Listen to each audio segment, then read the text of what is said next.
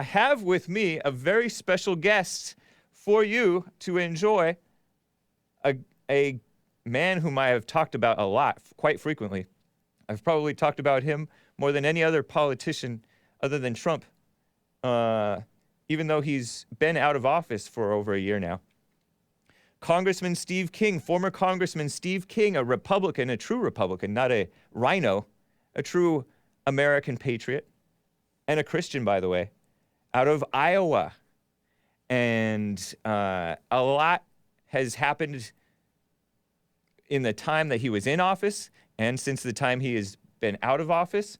And I wanted to talk with him. And so, Congressman Steve King out of Iowa, how are you doing, sir?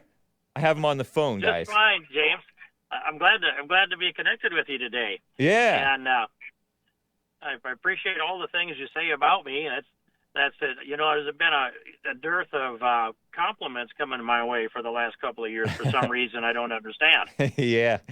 I think that it's because the Republican Party has strayed so much from loving America. I thought that the Republican Party was all about loving America, loving God, Christianity, and men, and not hating white people, but they've just completely strayed from that.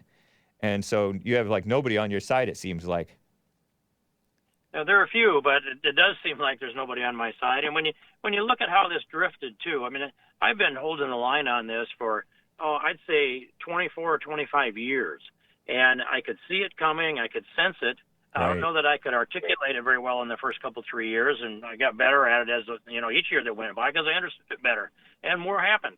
But if I just take you back to a place in 1998, I was in the Iowa Senate, and we elected a Democrat governor for the first time in 30 years, Tom Vilsack, whom many of you have heard of, and early in his administration, so it would have been actually 99, early 99, was elected in 98. I got a fax from an anonymous source that showed it was a clip out of the Washington Blade, a gay newspaper in Washington, D.C. Yeah. And it said that Tom Vilsack had filed an executive order, number 7, that granted special protected status for sexual orientation and gender identity.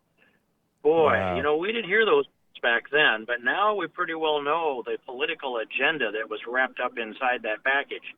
And so I raised the issue right away, went on 50,000 watts and told everybody I was going to sue the governor. And our local Rush Limbaugh said, well, do you have the support of the legislature? And I said, well, I don't know. There are 150 of us all together in the House and the Senate, and if 149 of them think it's a bad idea, I'm suing them anyway. I don't need their support. Right. And that's what I did, and blocked that agenda blocked it out and won in court in the case of King versus Vilsack. I had to pay out of my kids' inheritance for it, and I said to them, would you rather have liberty or would you rather have money? And of course they said money. I said, yeah, but you don't. This is a patriarchy in this family, so you're going to get liberty. Nice. That's cool. And you know what? It is really a disgrace. We hear all the time about critical race theory, as if this anti-white, anti-American slander has just barely come on the scene. But it's been with us for, honestly, decades or maybe even a century or more. And I know that you've been fighting against it, but the people seem like they're playing patty cake with these people, pretending that, oh yeah, there's more work to do to bring about equality. And now you have the Republicans supporting what you just named was this radical gay agenda, whereas Republicans used to be for family and common sense and for the best thing for people. And it's not good for the gays to be pro-gay. It's the worst thing for them to validate their delusions. It's such a shame. Well, I would say this, that, I don't announce my sexuality. Right. And that's my business. Yeah. And if everybody kept it their business, then we don't have all this political friction going on. Yeah. I once got involved in a debate at Iowa State University, and one of the people came to the microphone to ask a question at the end, and he said, well, he said, I'm gay, but you're a heterosexual. And I said, wait a minute. don't be calling me anything. I've not gone public with any of my sexuality. Right. Don't be assuming that. And then he said, well, why can't you accept gay marriage? Why can't you accept the progressive nations' approach like Holland? Because they're progressive and they have gay marriage and they don't have any problems. And I said, why would I want to follow Holland? And he said, because they're progressive. And I said, well, no, but, they kill their babies and their old people and they legalize drugs and prostitution. Why would I want to emulate that? Yeah. And he actually gasped into the microphone and he said, I said, it's true, isn't it? And he said, but you didn't have to say it that way. Yeah. My introduction to you, before I was a host of the Hake Report, I was a producer for a black preacher whom you may be aware of, Jesse Lee Peterson. He's an activist as well here in Los Angeles. I believe he's met you before doing activism against the illegal immigration and all kinds of stuff, pro-gun rallies and stuff like that. Rock solid conservative, Jesse is. I was a producer of his from late 2013 until 2019 or so. And my introduction to you, I loved what you did to Obama's wingman, Eric Holder, the so-called attorney general he was the head of the DOJ back in 2014. And you pointed out how under the Obama administration, our side, if you will, got all the extra scrutiny, or his political enemies got all the extra scrutiny, political persecution and prosecutions, whereas his side and blacks and liberals got no scrutiny. You pointed out how the IRS Tea Party targeting scandal under Lois Lerner was not investigated really by Holder. Bridgegate was, though, under Chris Christie, the Republican from New Jersey. And there was a Virginia governor, I think, who was a Republican, a pretty solid guy who federally investigated. But suspected corrupt Democrats were not. I think you talked about a hacker who had committed suicide after catching federal attention. It went on and on just off the top of your head. And the Black Panther situation, there was some dishonesty about that. Oh, the knockout game. The one white perpetrator of the knockout game, mostly it's black on white or black on Jewish or whatever. But there was a one white guy, Conrad Barrett, who punched an old black man and called him the N-word or something like that. And he was charged with a hate crime, but none of the black perps were. And that was the legacy of the Obama administration, just completely one-sided political prosecutions. And he refused to answer the question. And he just gave this phoned-in, phony politician performance about his pride in his department's work. And you just pointed out how he didn't answer the question. I loved how you handled that. I should go back and find that clip. You have a very clear memory. Yeah. I'm remembering it as it unfolds out of your mouth. Yeah.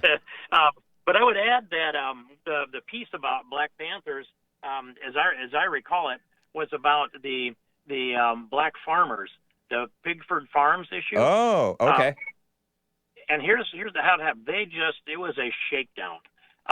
Back in the Clinton administration, Dan Glickman, who was Secretary of Agriculture at the time, did a press conference and confessed that the Department of Agriculture had been systemically discriminating against blacks all across the country. Wow. And that they signed a consent decree for this massive settlement that never went to court. There's only one judge that ever has looked at it, even to this day. And billions of dollars got handed out to people that had never seen a farm, never wanted to farm. There were scores of them, maybe hundreds of them, in a single apartment complex in Atlanta and in Chicago.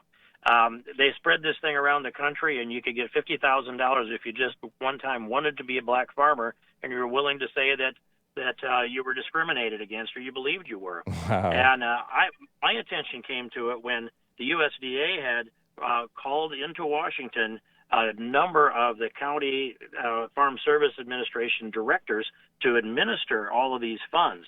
And one of them came back and handed me a box full of copies of applications. And he said, I know I'm sworn to secrecy, but my conscience will not let me walk away from this and keep my lip button for life. Now it's your problem. And at least 75% of these in this box are false and phony. Yeah. And that was all he said to me.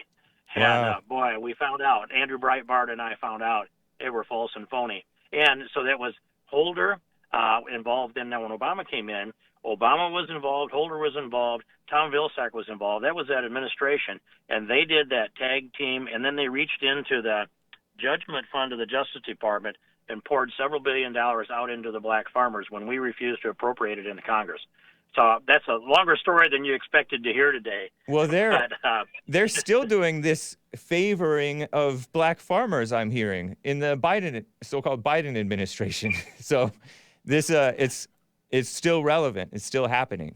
What a mess. Pigford Farms 2.0 is what they're conducting right now under the Biden administration, and it's worse because now they want to go in and take land. They don't think there's enough land in the hands of black farmers, so they want to transfer land into the hands of black farmers. And of course, we know who that's coming from. If you watch what happened post-apartheid in South Africa, you can see a preview of what they're trying to set up here in the United States. And I'm talking to South Africans who have had their families killed. They've been run off their land, and I've seen there's a drone photo of all of the crosses along the roadway in South Africa that they put up for the white farmers that had been killed by blacks that were taking them off their land. Wow, that is horrifying. I'm glad that you're involved in that issue because that's another topic that we've talked about quite a bit here and on the Jesse Lee Peterson show too, that Trump did one tweet about it, and he instructed Secretary of State Mike Pompeo to look into the farm murders and the land expropriation without compensation by the communist blacks. And yeah, it seems like South Africa, this regime change that took place back in, I guess, the 90s, has left South Africa much worse today than maybe it ever was. What a terrible shame. That's evil. Well, it is, and you can look and see what happened in South Africa and understand that the whites in South Africa didn't provide equal opportunities for the blacks. They got into the situation where here's the crux of all of this. You can go back through history after history after history. There's a pattern in South Africa that matches a pattern in Texas. So maybe it's easier to explain to your listeners what happened in Texas. But if you remember, Santa Anna was having trouble governing Texas back in that day in about, I'm going to say, late 1820s or early 1830s. And he put out the invitation that said, Anglos, come to Texas and settle Texas. We need people down here, and there's land. Yeah. And so they started pouring into Texas. Well, why would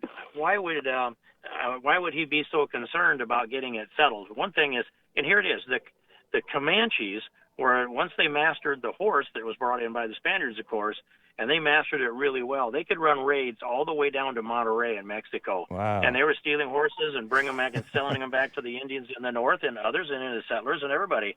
So they had this great horse thievery going on. And, of course, they raided and killed and did all those things. The Mexicans couldn't defeat the Comanches. And so they wanted the Anglos to be a buffer between Mexico and the Comanches. Wow. And so that's why they called the Anglos in. Well, the Anglos came in and fought the Indians, too. And they ended up fighting the Mexicans. But what happened was Mexico lost Texas because of demographics. Demographics are destiny. Yeah. And Santa Anna didn't seem to understand that. And the Anglos outnumbered the folks from Mexico. And today, Texas is a part of the United States. Wow. You can look at South Africa, put the same formula in. You can go around the world and deep in history, and you can see how this thing turns. And we should know what we're doing to America right now. Yeah.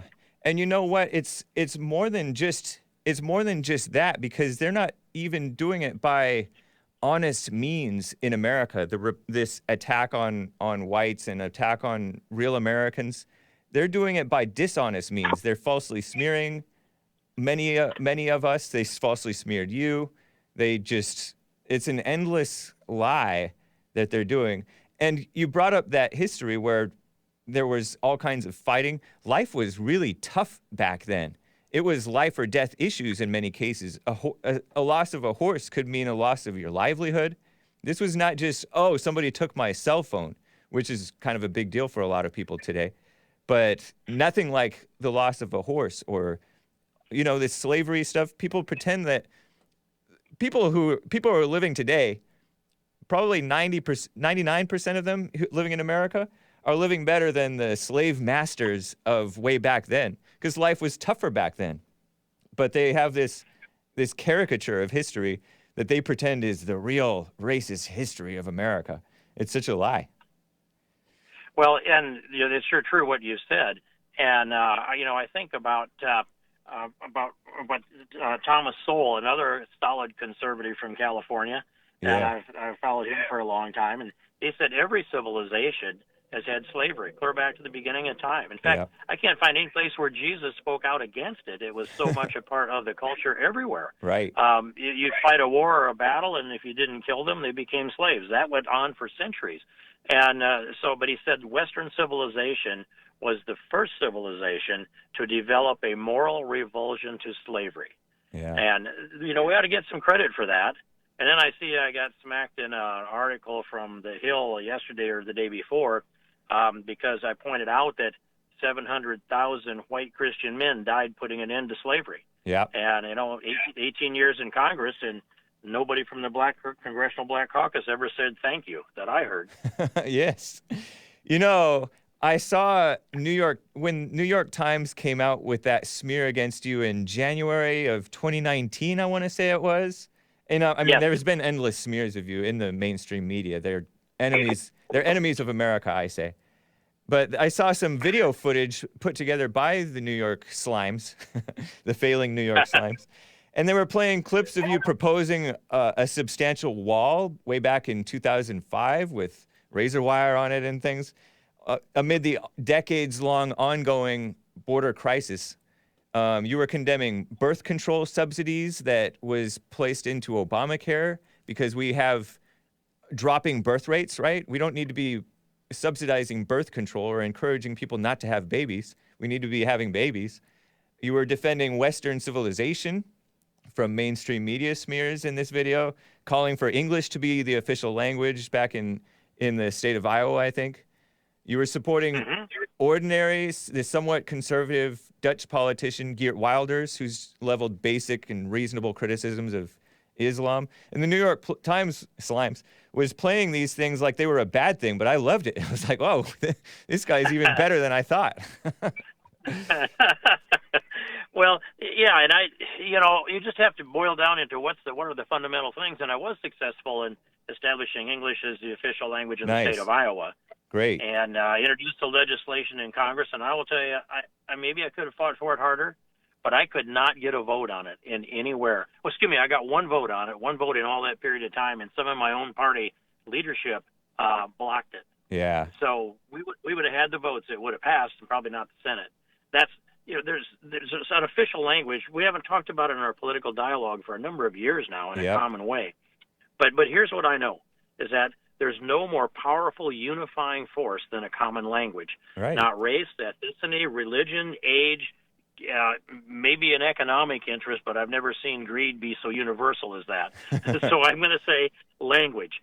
And it pulls a nation together. And one of the things that I saw I've known this for a long time, but I took Henry Cuellar on a trip over into the Middle East, into Iraq, when we were in the tents in the war over there. And Henry's a good guy, a Democrat from southern Texas, but he's still a Democrat, but I like him. And anyway, we would stop into a base there, and the soldiers would be lined up, and there'd be Lopez, Hernandez, and Gomez along the way. And Henry would stop as soon as he'd see that Spanish last name, or maybe recognized by other features.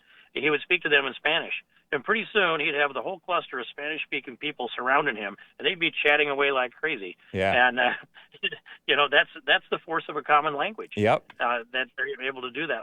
I don't resent that. I observe that and say, let's have English be our official and common language in the United States, so we can all feel that unity among each other. That's so true. I mean, it's plainly obvious, and you're right. It's cowardice that the Republicans haven't stood behind that. How have you handled? Has it ever gotten to you? I do have some callers who want to get to you, who talked with you. Sure. And they can call in 888-775-3773. But how have you handled the media smears in general? Have they ever bothered you on a personal level, or have you just been water off the duck's back? Well, I wish I could say to you, water off a duck's back. But for quite some time, months and months, I was the most vilified person in America, perhaps the world for that matter. And so it can't, it will affect you. One of the things that's given me confidence is my Christian faith. I know that, we get assigned certain walks in life and we get called to do certain things. And sometimes we're being prepared for the next calling. And I knew that this would end. And so I rounded my staff. I didn't have to. They were all there, actually. But I brought my staff together in Washington when this came down in the highest decibels of resign, resign, resign. And I said to them, I will not resign. Whatever they do, they cannot make me resign. Yeah. And if you will do your job, I'll guarantee you a job to the first day of the next Congress. You got to come to work, but I'll guarantee you a job. I'm not going to back away. Nice. And so I made that clear. Next thing I said to my opposition out there was, I'll never walk away from this. You will have to shoot me down in the middle of Main Street at high noon with everybody watching. And, of course, that's what happened. Yeah. But so I dug in that way. And then when you try to rebut anything that came out, that just brought on dozens more articles that were just smear, and they would never print what I said. Even Breitbart wouldn't do my stuff anymore, and Epic Times refused to interview me when I'm looking at them in the eye right by their studio down at an event. That's how bad that it is. So I wrote a book, and so I went to, I'll say, pretty close to 40 different publishers, and generally speaking, no response. So I went out and found about the same number of literary agents and contacted all of them, and I got 5 or 6 responses, all polite, all no. Yeah. And finally I found a publisher. But so these kind of things have been going on. I went into a restaurant in Fort Dodge, Iowa, to meet with the city fathers. This is now a year ago last spring, I think. And I never sat with my back to the room. It's always to the wall. But this time they had the table all set up where there was no other choice without moving about 6 people. And anyone had their arrangement all set up so they could, each one in their turn could talk in the way they planned. So I sat down thinking it's only one lunch. And about 10 minutes in, some guy came by, and he came from outside of my peripheral vision, and he said, are you Congressman King? I said, yes, and I turned to shake his hand, and he had a big tall glass of water that he dumped down over my head. Wow. And I jumped up and tackled the guy, and I think I was a little too merciful because they gave him a suspended sentence. But anyway, next time we'll see if we get a little more justice on the spot. Yeah. And so I'm just giving you some of the narratives along the way. Yeah, members that have been friends, they talked in Congress. They would talk to me in private, but they didn't want to be seen in front of television cameras or out on the floor because there'd be a penalty for that. Yeah. Maybe they don't get their committee assignment. Maybe they get attacked. So you could tell that. I chaired for 16 years, I chaired the Conservative Opportunity Society, founded by Newt Gingrich. And so I'd bring in high-level speakers each week to speak to a group of members that, at the maximum, about 48, and more steady, decent speaker, about 24 in there, and then breakfast that morning. Wednesday mornings at 8 o'clock. And by the way, this is Wednesday, and my successor, Ralph Norman, has Molly Hemingway in there this morning. They'll be over by now. But that's the kind of thing that went on. Members came into that breakfast because it's off the record, and there's no press, and nobody reports who comes and who goes.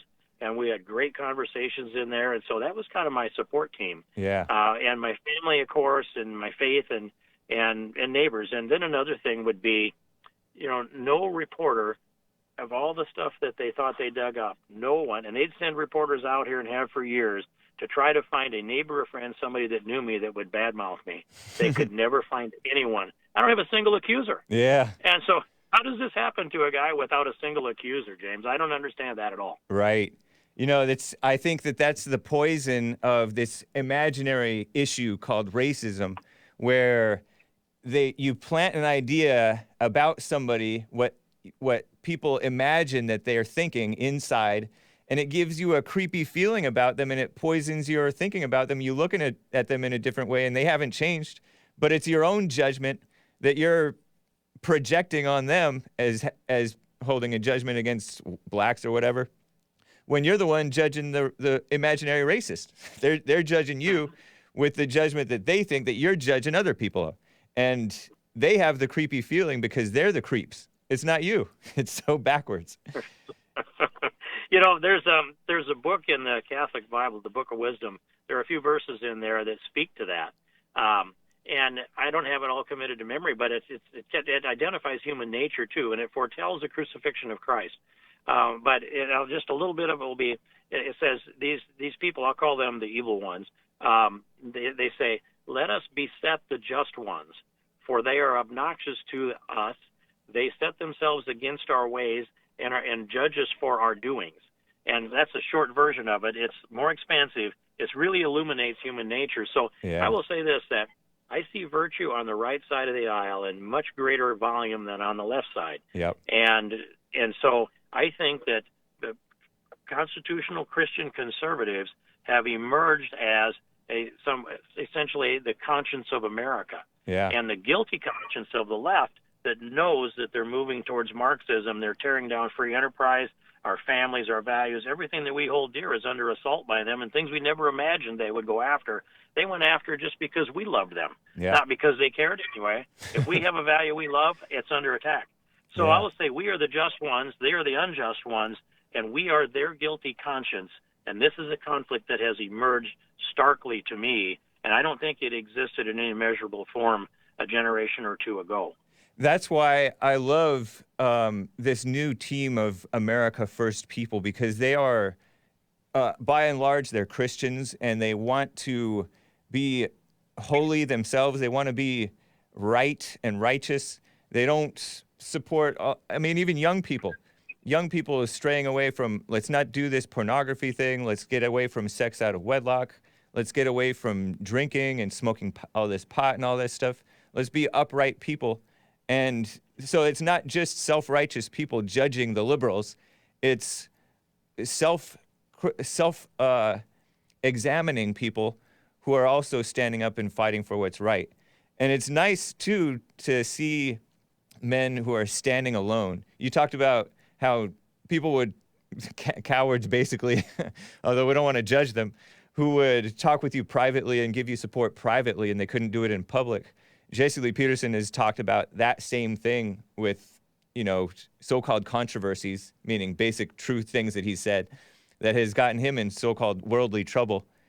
And it's kind of inspiring, even though it's evil what happens to you guys, to see you guys go through it with dignity and and not apologizing. Finally, with Trump and with you and with JLP, there are some conservative men who are not apologizing for telling the truth.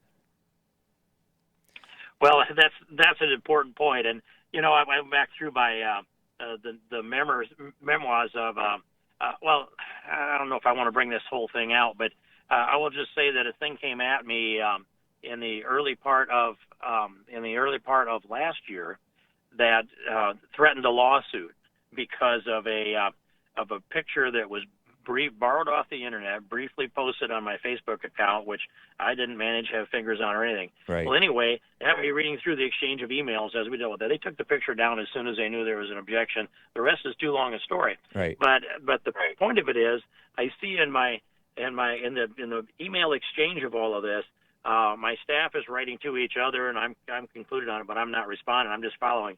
And they say, well, of course SK won't apologize.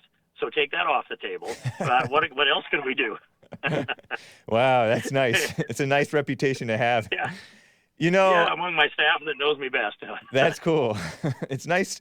It's tough to find good help too, good workers. So I guess I gather that you were pretty fortunate to have decent people working with you. Absolutely. And James, I'd like to just say a couple things about that too. And that is, throughout all of this, not one of them left me because of the controversy. Nice. Not one. Yeah. And another thing that I'll just tell you a little narrative out of the Oval Office if you've got time for that. Sure. If you need to move on to the calls. No problem. Okay. So we went in to have a one-on-one visit with President Trump here. This is probably 3 years ago now, and I wanted to talk to him about the heartbeat bill and a number of other things. And so. But I thought, if my chief of staff can get in there, that would be a good experience for her. So I just walked her in like she belonged, and she got to go in. And so she's sitting next to me, and we're right in front of Trump's desk. And if he had, I guess, a couple of staff behind us, but nobody there on his side.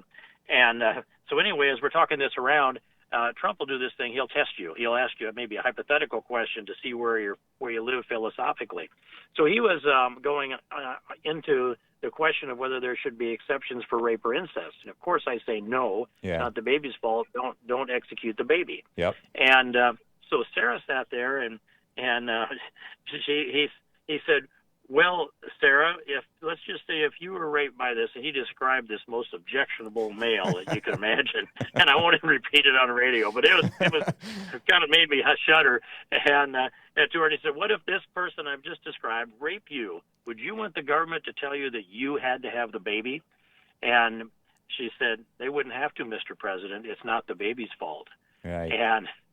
And Trump looked at me and he said, where do you find these people? That's cool. Wow. That is awesome. We have solid conservatives out there. The America First movement embodies just so very many of them.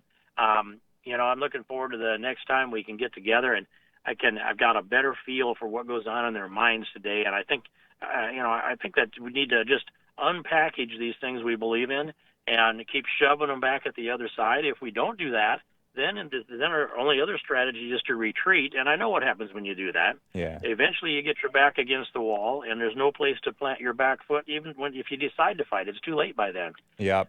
So let's take them on. Let's search them out and take them on. And by the way, if we keep speaking about what we believe in, we'll be desensitizing them to a degree, and they won't be able to be such snowflakes. Yeah. I want to touch more on anything else about your book, but first I have to talk about a couple of people who are on the so-called Republican side. In fact, the female GOP chairman of the Republican Party, Mitt Romney's niece, Ronna McDaniel, who just smeared you in a couple of tweets that I saw around that time that you were under the media smears, and then the people in Congress stripped you of your committee assignments right before the fake impeachment, one of the fake impeachments. And this woman, Ronna McDaniel, who is, for some reason, she's the chairman of the GOP. I've seen her posting stuff. You talk about the Young America First people. She has her own crew of the party's rising stars that she tweeted about back in February of 2020 at CPAC, and CPAC is supposedly a conservative political action conference. But it was a bunch of people of color, half of them women, and half of them men, young men, and they look like a nice group of people, but where are the white people? Shouldn't it be mostly men? I have this picture of the inside, the smears folder inside the Steve King guest folder. It's like they look like nice people, but the point is, this is obvious pandering. And then she has tweets like, oh, congratulations, Randy Feenstra on winning Iowa District 4, which is where you were representative. And then she says Steve King's white supremacist rhetoric is totally inconsistent with the Republican Party. I'm glad Iowa Republicans rejected him at the ballot box. And she validated, I guess it was that I call him a RINO. He functioned under Trump a little bit, but Kevin McCarthy out of Bakersfield area here in California, he was the leader of the Congress, I guess. He was the House majority leader when they were a majority. And they ousted you from your committee assignments. And she said, oh, he made the right decision, Ronna McDaniel saying this. There's no place for white supremacy in our country. I'm sorry, this is America. You have a right to be whatever you want to be. And even if this were true, even if you were into the white thing, this is America. People have the right to be into this thing. All the blacks are all into the black thing, but they don't really believe in freedom or America, and they don't even really believe in honesty. They're cowards and they pander. They're basically the Democrats, except weak and pandering to the Democrats. It's such a shame. I'm glad to hear this from you, James. That understanding of they don't believe in freedom. They don't believe in God-given liberty. Yeah. I'll say on my behalf, I don't have any doubt that I've saved many more black lives than Ronna McDaniel ever has or ever will. Yeah. And because they are God's children too, and they deserve all the rights that we have. Equity is a different story, but rights are something that we should defend and fight for everyone. Right. And these are the God-given rights that we have. Then with people like Ronna McDaniel, Kevin McCarthy, and others, they are the RINOs. There's no question about that. But also, there's a deep thread of never Trumpism within them. Yep. Some of it, they hold it inside, like Kevin McCarthy runs back and forth between those two things. He's kind of schizophrenic about whether he's a never Trumper or a Trumper. Yeah. But here's how the difference between the conservatives within our party and the RINOs or the moderates within our party, and that's this: that conservatives believe that what is right and what is wrong, what is true and what is just, is timeless. It's been true from the Garden of Eden up till today, and would be forever true to the second coming of Jesus. And then so what we try to do is anchor to those values and get the world closer to the principles that have been laid out for us throughout all of these generations. So a sin is a sin, whether it's 2,000 years ago or today. Morality doesn't change between then and now. It certainly doesn't get more loose and lax. You're going to see the same kind of people in heaven that made it through the filter 2,000 years ago. That's my view, although Jesus got involved in that, and that helps a lot. Yeah. But on the other hand, the RINOs or the moderates, they don't believe that these values are timeless. They believe that society and the culture and civilization are evolving. And so what they try to do is get in front of that change or keep up with the change so they can stay in power. That's why Kevin McCarthy has essentially recruited gays to run in office and favored them with Republican donor dollars in California, by the way, and in order to get what they call is multiculturalism or diversity within our party. And you may have noticed I sent out a tweet the other day that said, "Is diversity our strength?" Oh, why? yeah. And no one had a reason why, did they? No one answered. Nope. And so here's what we have. If we're going to let those people run the party, and we're in a struggle for the leadership of the party right now and the direction it's going. But if the RINOs and the moderates are going to run the Republican Party, they will be kind of the teammates to the left.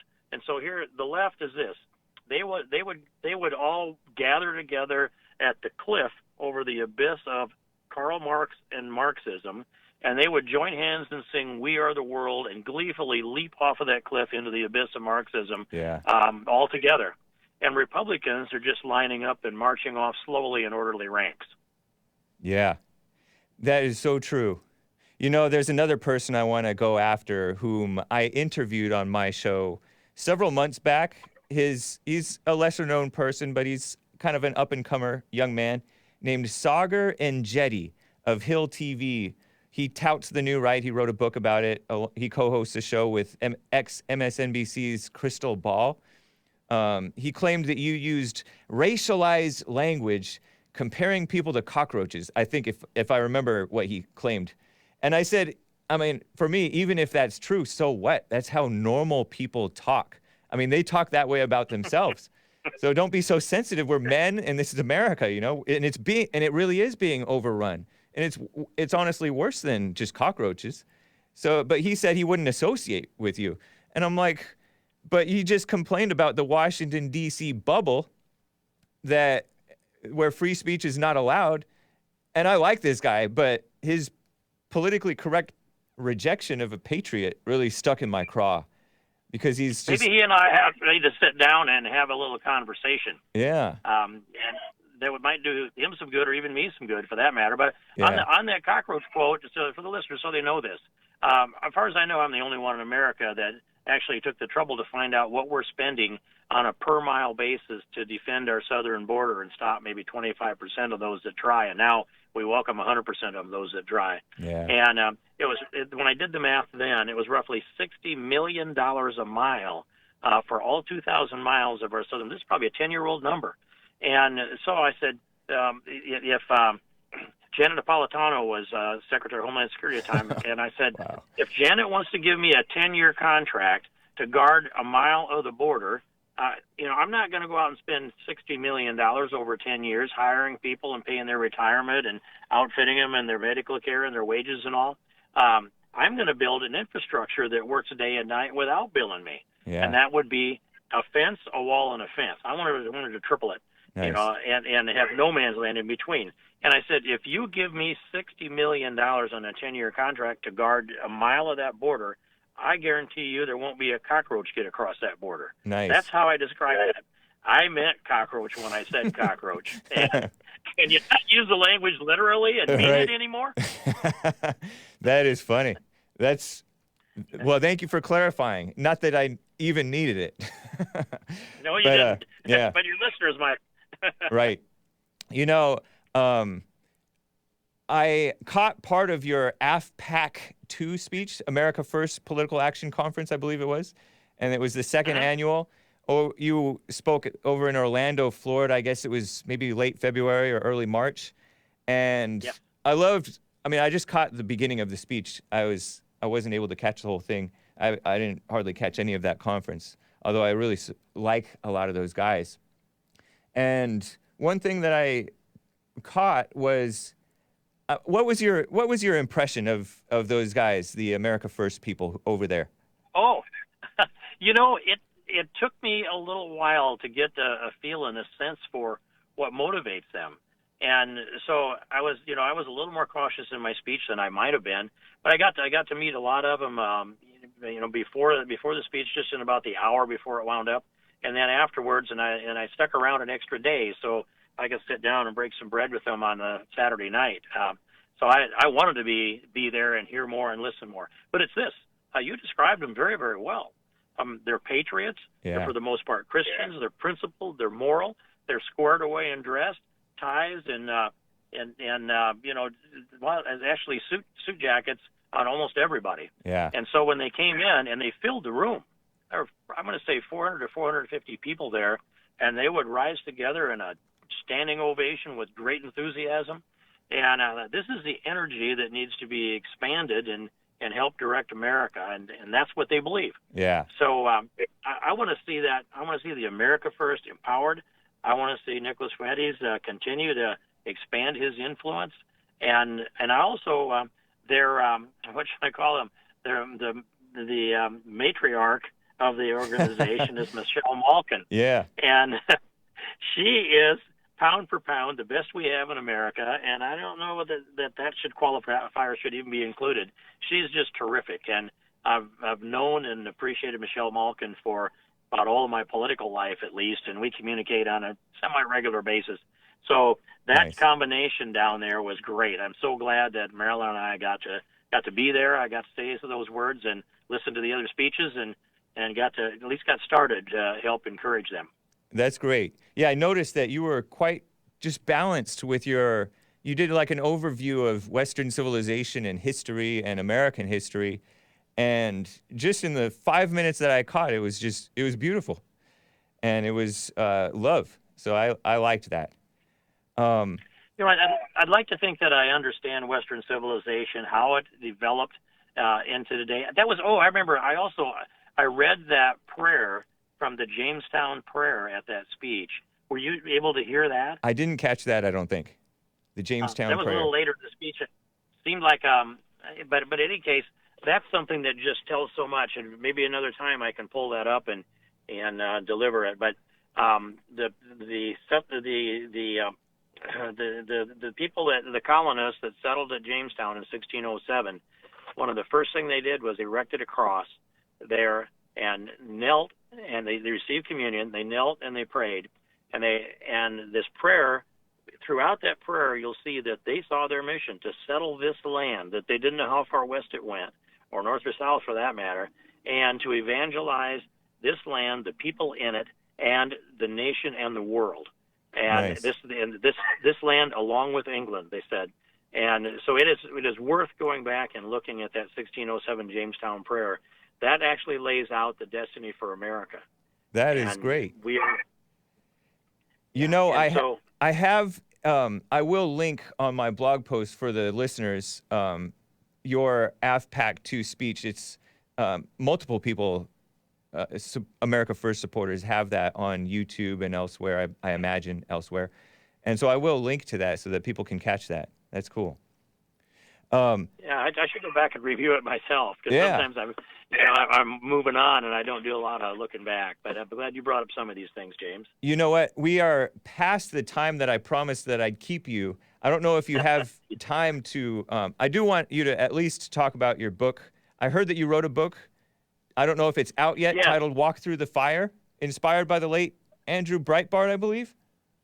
You're pretty close on all of that, James. I mean, I'll try to get that done. I probably ought to pull out of here Okay. at the top of the hour if I can. Okay. But I had started it some time back, and I was actually in office up until the 3rd of January of this year. Yeah. And then so I had to get my mind right to do this. I've been way too busy to actually write a book. So I would sit down out on my deck in the morning about a half hour before sunrise to start to write. And after 3 or 4 hours, my brain quit functioning, and I do that day by day. And anyway, I put a book together that tells, it's a little bit autobiography, but that's probably only about 10 or 15%. I wanted to make sure people understood that part. Yeah. And then it goes through this narrative in a chronological way. Who said what when, documented. Pictures, here they were, documented. And so that you can follow what happened. And I wanted to lay this out in a very careful, documented, honest and objective way, so that it's essentially bulletproof from criticism. So, what's the left going to do? Well, they'll make things up. But the facts are there, and it's footnoted very, very thoroughly. And it lays out how the hierarchy of the Republican Party in Iowa teamed up with the hierarchy of the Republican Party at the national level, how some of the major donors, the billionaires that are top donors to the two Republican entities that I mentioned, how they call shots, Wow. how Kevin McCarthy was involved in this clear back in the middle of 2018. And then each one of these things are, they're documented, they're laid out for people to understand. And this swamp is much more vicious than even I knew. Yeah. And when we got to that place that I did the interview with the New York Times, and I admit that was a mistake. I explained why that happened. That's a longer story. But in the end, the New York Times was just being used as the trigger. Yeah. But Trip Gabriel knew he was writing the trigger article. He said in a phone call that he didn't think that line was going to be what did it. He expected a different line in there to be the one that would trigger all of this. Wow. And I got a heads up several months before that they were going to try. And so that's all in the book too. But even in the end, when it comes down to when they thought they could force me to resign, I thought, well, they must think that I'm dirty somewhere and I've got guilty and I don't want something out on me. No, I'm clean. So I said, bring it. Just bring it. You're not going to be able to pour things at me and accuse me of any kind of corruption or immorality. And so and I could not believe that Kevin McCarthy, Liz Cheney, and actually even Steve Scalise on this could do to me what they did without a shred of evidence, and then come out and call up the lying New York Times when Times is writing about Trump. Yeah. They had nothing.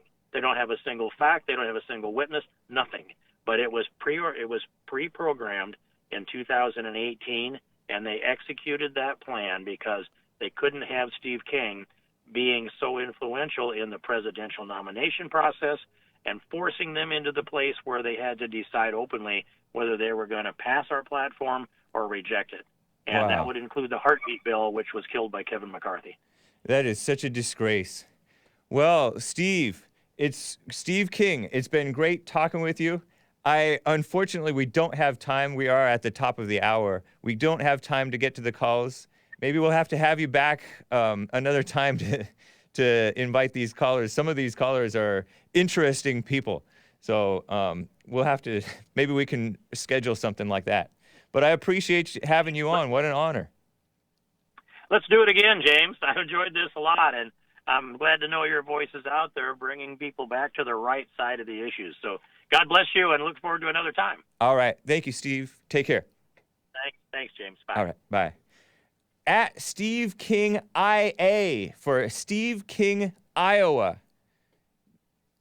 Follow him on Twitter. If you got kicked off of Twitter, make a Twitter account. Just don't tweet so that you don't get kicked off of Twitter again. Right? Man.